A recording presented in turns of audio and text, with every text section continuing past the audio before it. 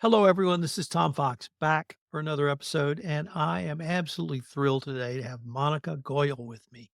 She's the VP for Legal Innovation at Caravel Law and Briefly, LLC. Her firm and her work is some of the most innovative I've come across, so I'm really thrilled to be able to visit with you today. So, with that incredibly long winded introduction, Monica, first of all, welcome and thank you so much for taking the time to visit with me. Thank you, Tom. And in addition to all of this innovation I've crowed about, you have a unique background in law or in the legal world. So, could you tell us about your academic and then your professional background? Yes, I came into the profession of law through a circuitous route. Started my career as an engineer. So, did my degree in engineering from the University of Waterloo in electrical engineering, and that was at the towards the end of '90s, which was the time of the dot com bubble. And I found myself in Silicon Valley, and I was working there for several years. So worked with startups, worked with some really great companies at the time, and went back to school and did my master's in at Stanford University in electrical engineering, where I did my research area was in computer graphics. When I was at Stanford, that's when I got really interested in kind of human rights issues and how legal and technology were intersecting, and I decided to go into law and loved law. So, studied at the University of Toronto, loved the study of law. And then when I got into the practice of law, that's when I saw how potentially these two backgrounds could come together. You did practice law, but could you tell us about now your professional journey as from a lawyer to moving to legal tech and really up to where we are today? Yeah. So when I went into the profession of law, I thought, I'm putting this all like this is the engineering side of me, that's gone. I'm going to be practicing law. I had this ideas of representing the underdog. When I got into the practice of law, what I saw was that there was a lot of inefficiencies. So I'd come from this working at some of these really great startups in Silicon Valley where people were really innovative, really thinking about process efficiencies and so forth, and I just saw this kind of missing in the practice of law, and just saw that there was potentially like inefficiencies where technology could come to play.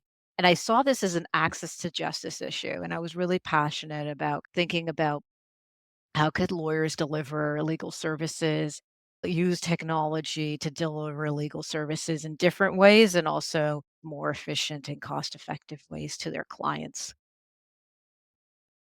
I'm one of those dinosaurs in the practice of law, so I understand that, and but more tried to fully embrace tech certainly in the 21st century. So I have a little bit of the grasp of the inefficiencies.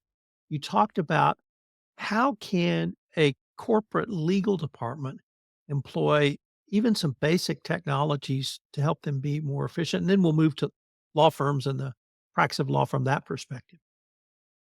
Yeah, I mean, when we're talking about corporate legal departments, there's a lot of technology that's being created right now, especially with the emergence of generative AI. So AI is like really moving kind of the legal tech landscape forward. There's this company called Legal Tech Fund, and they create a snapshot like in 2023, October 2023. They created this snapshot of like legal tech, generative AI legal tech, and it was one page.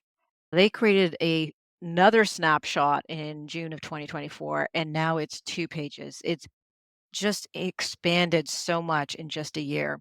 And the reason I bring this up is that there is a ton of solutions around corporate governance that is emerging, which is combining generative AI into the solutions. The corporate legal departments, I can't even do justice. That's just to say I cannot do justice to what is out there. But what I can talk about is some of the softwares that I've seen. And so some of them are around entity management. So there's a lot of solutions about helping companies manage the entities within their it could be their company or their portfolio of companies. These are really interesting and really changes the paradigm of how corporate governance or corporate compliance is done. I'm sure you remember Tom, but and then some people still might do this. Lawyers might still do this where you have like that physical minute book.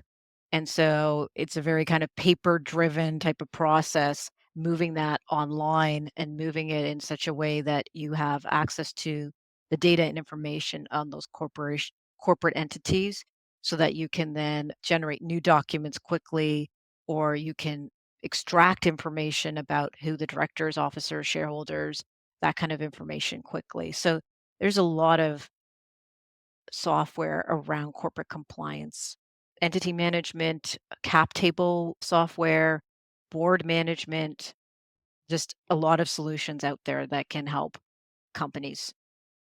Have you utilized any products around data analytics, specifically for corporate legal departments or perhaps for law firms that would help in the governance and or management of contracts? Yes, there's um that's an interesting question. So one of the solutions that comes to mind, especially around contracts, there's so much software out there around contracts, but contract analytics, trying to understand what is in your contracts, I think that's what a lot of companies want to know is what are the terms of renewal, trying to extract that information. Where, who am I contracting with? What jurisdictions are they in? What are the terms in the contracts that are favorable to me? All of that kind of information, there are solutions now where you can extract, where they're allowing you to extract that information and then visualize that information. Some solutions that come to mind is like Luminance. This is a contract lifecycle type management software where they are set to do a pretty good job around extracting that kind of information and visualizing that information. But a lot of CLM solutions are doing this, bringing that data that we didn't used to have in the legal profession, bringing that data to lawyers or to in-house counsel or to corporate legal departments. And then from that data, you can make decisions, you know what's going on, you can use it for due diligence. So it's very valuable software.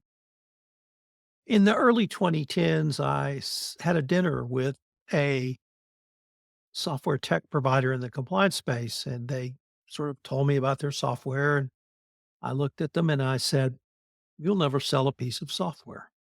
And the horror in their eyes was, "There's nothing wrong with your software, but you've just spent 30 minutes explaining to me I know more than any other compliance professional about tech, and I barely understand it. You've been sitting talking to IT people all day. Yeah. You're talking to lawyers." And so I use that as an introduction to ask you, when you sit down with a client or potential client, are you talking to a general counsel, to a lawyer in a corporate legal department, or perhaps a partner in a law firm? Or are you talking to their CISO, to their IT, or is it a group? Yeah. So in my position, that I'm in right now, I talk to a lot of different people. So I'm talking to clients, I'm talking to lawyers within the law firm. And so some of our clients are in-house counsel. Sometimes I am talking to a in-house counsel and a client. Sometimes I'm talking to a client and they don't have in-house counsel. So we're talking to a lot of different stakeholders in my current role. And in that there are different, there's different tech, there's different kind of solutions depending on who the person is. And to your point, which is a really good point, is like how do you talk about this tech with lawyers? How do you talk about this with clients? A lot of clients don't even know what is out there in terms of technology. A lot of lawyers don't know. I find even within my group, even though I talk about it so much, I still find that sometimes they don't know what's out there in terms of tech. So I'm like, it's going to happen. It's like gradual. I think it's just a matter of time. It's like you had that conversation with that software vendor, opened your eyes to, oh, there's this tech and potential for tech. And now 14 years later, CLMs is like heavily invested legal tech software in the market, like one of the most heavily invested legal tech. Yeah. I'd like to turn now to Caravel Law and Briefly, because when we first met, I found Caravel Law to be one of the most innovative law firms or delivery of legal services I had heard of. certainly in North America. The rules are a little bit different in Europe. But could you just tell us about the law firm briefly, how they interact and how you're able to do what you do? Yeah, I mean, my position is a little bit unique. I've seen it evolving. I've seen a number of firms actually also adopt a legal innovation person, but it is very unique kind of position in a law firm. And I'm looking at how do lawyers use technology? There's so much new technology out there. I talked about AI, but there is a lot of really cool AI tools. And so I'm looking at how can the lawyers leverage and use that AI. Then our firm in general is also innovative. The structure of our firm is a not a traditional law firm. Caravel is providing back-end services. So Caravel and Briefly providing back-end services to lawyers, and they work with us on a contract basis. And many of our lawyers are either sole proprietors, have are solo law firms, and they work with us on a part-time basis, or they work completely with us. They're full-time working with us. And the type of work that they do is often as a general counsel, like fractional general counsel, or working as lawyer in-house counsel departments. And the kind of value that we bring to the lawyers is that we are bringing all that kind of administrative work that lawyers sometimes don't like to do, which is maybe an understatement, but we take away all of that stuff lawyers don't like to do, the regulatory compliance, the generating invoices, all of that stuff. Briefly is I just recently kind of moved into a role where I'm working now also more with Briefly, which is a larger kind of entity that has about 4 firms within it. So it's Caravel Scale, which is primarily based in California.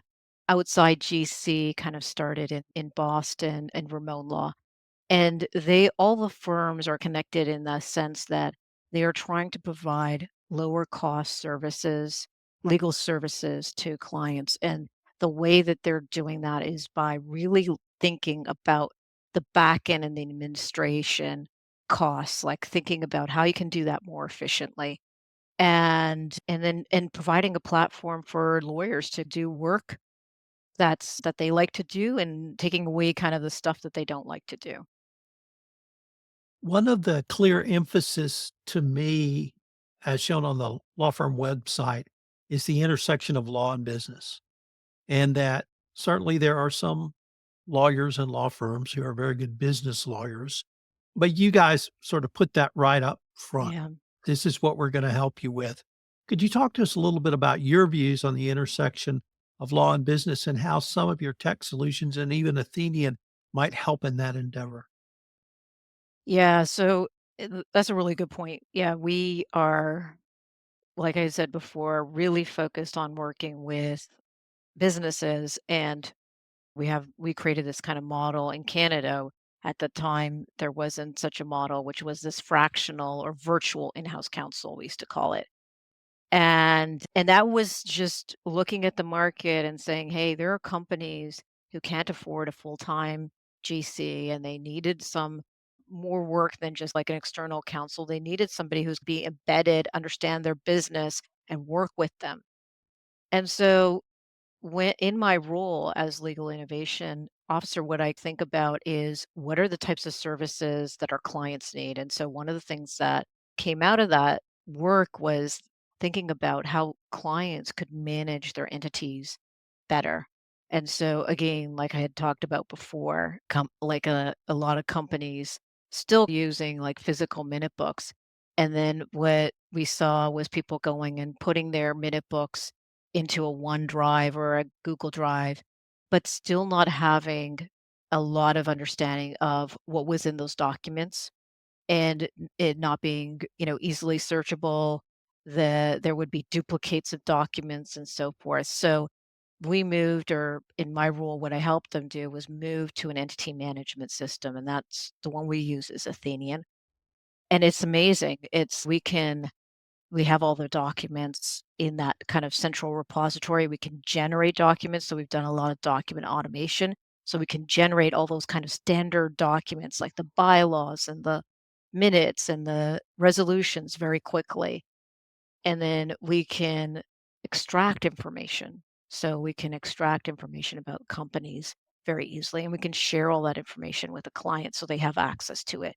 They can share it with accounting and so forth. So it's a very 2024 kind of way of thinking about how you're going to manage your corporate records. And that's just an example of kind of one of the solutions we built for clients like that we could deliver that's like this using technology in this kind of really interesting and innovative way. And is that technology available to the lawyers you bring on that you embed or help clients so that they can deliver this service at a much more cost-effective, efficient manner? Yeah, so one of the other things we did was we brought on personnel who are like law clerks or paralegals who are corporate law clerks and paralegals who can help and assist with kind of the technology and kind of helping facilitate with this technology. Because as Tom sometimes like lawyers, they're busy and they don't have time to learn a new technology. So we try and make it really simple for them. So lawyers have access to the platform, they can use it, but they're not the ones who are going to be actually generating the documents, like generating the resolutions and so forth, or updating the minute books. We have somebody in place who's trained in the technology and who has, like, the skill set to do that. I'm gonna ask you to maybe turn to the left and look down the road a little bit. I used to say 2025, but since that's next year, I get to say mid-century, which is 2030. Think about that concept for a minute.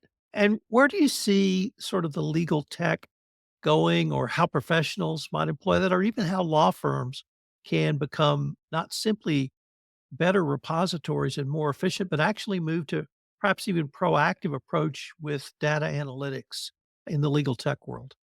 Mm. Yeah, we're doing a lot of thinking about that as well, about data, and it is a big project to think about your data and think about how you can extract that data, and once you've figured that, trying to figure out your data, there's a whole process to that. Then you can layer on top of that all these different new technologies, AI technologies to leverage and use that data in different ways. I'll give you an example. There's one software that I recently saw called Glean, and basically allows you to search your documents, draft new documents from those documents. So if you're thinking about knowledge management in a firm or knowledge management in a company like in-house counsel department, being able to leverage that existing knowledge to use that to generate new documents, new kind of deliverables using those precedents, those documents that you have, that you've vetted, that can be very highly valuable. So there's a lot of interesting new technology that's on the horizon that's being driven by all of these new developments in AI. I want to ask you as we move towards the end of this podcast, what do you tell a potential college student or someone who's in college Mm, about wedding the apparently disparate backgrounds of engineering and law or data science and law or process management and law in bringing those skills to the 2020 law firm?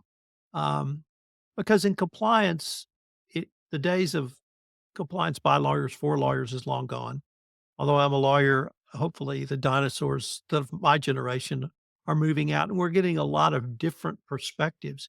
Do you think those different perspectives can help make lawyers better lawyers? yeah, I do. I think that there's like a whole new skill set that is emerging that law firms need to think about, that companies are already thinking about, and that's like around data analytics, compliance, AI, and so forth. I think that all lawyers, all law students should be taking some type of course around legal tech, trying to understand the business of law, trying to understand some of these changes that are happening in the profession. Um, One of the things that I've heard people say is that lawyers aren't going to be replaced by AI, but a lawyer using AI will replace a lawyer not using AI. So I think law students should be thinking a lot about understanding these technologies, getting training on these technologies, and I think that's going to really help them when they graduate. Could I ask you if our listeners wanted more information on yourself, perhaps to connect with you or to find out more about Caravel Law and briefly, what might be the best place or places for them to go, Monica? Yeah, so you can connect with me on LinkedIn. And you can find information about Caravel Law at caravellaw.com, and you can find information about Briefly at brieflyllc.com. Well, Monica, this has been a fascinating podcast. I wanted to thank you again, and I hope we can continue this conversation. Thank you, Tom. Thank you for having me.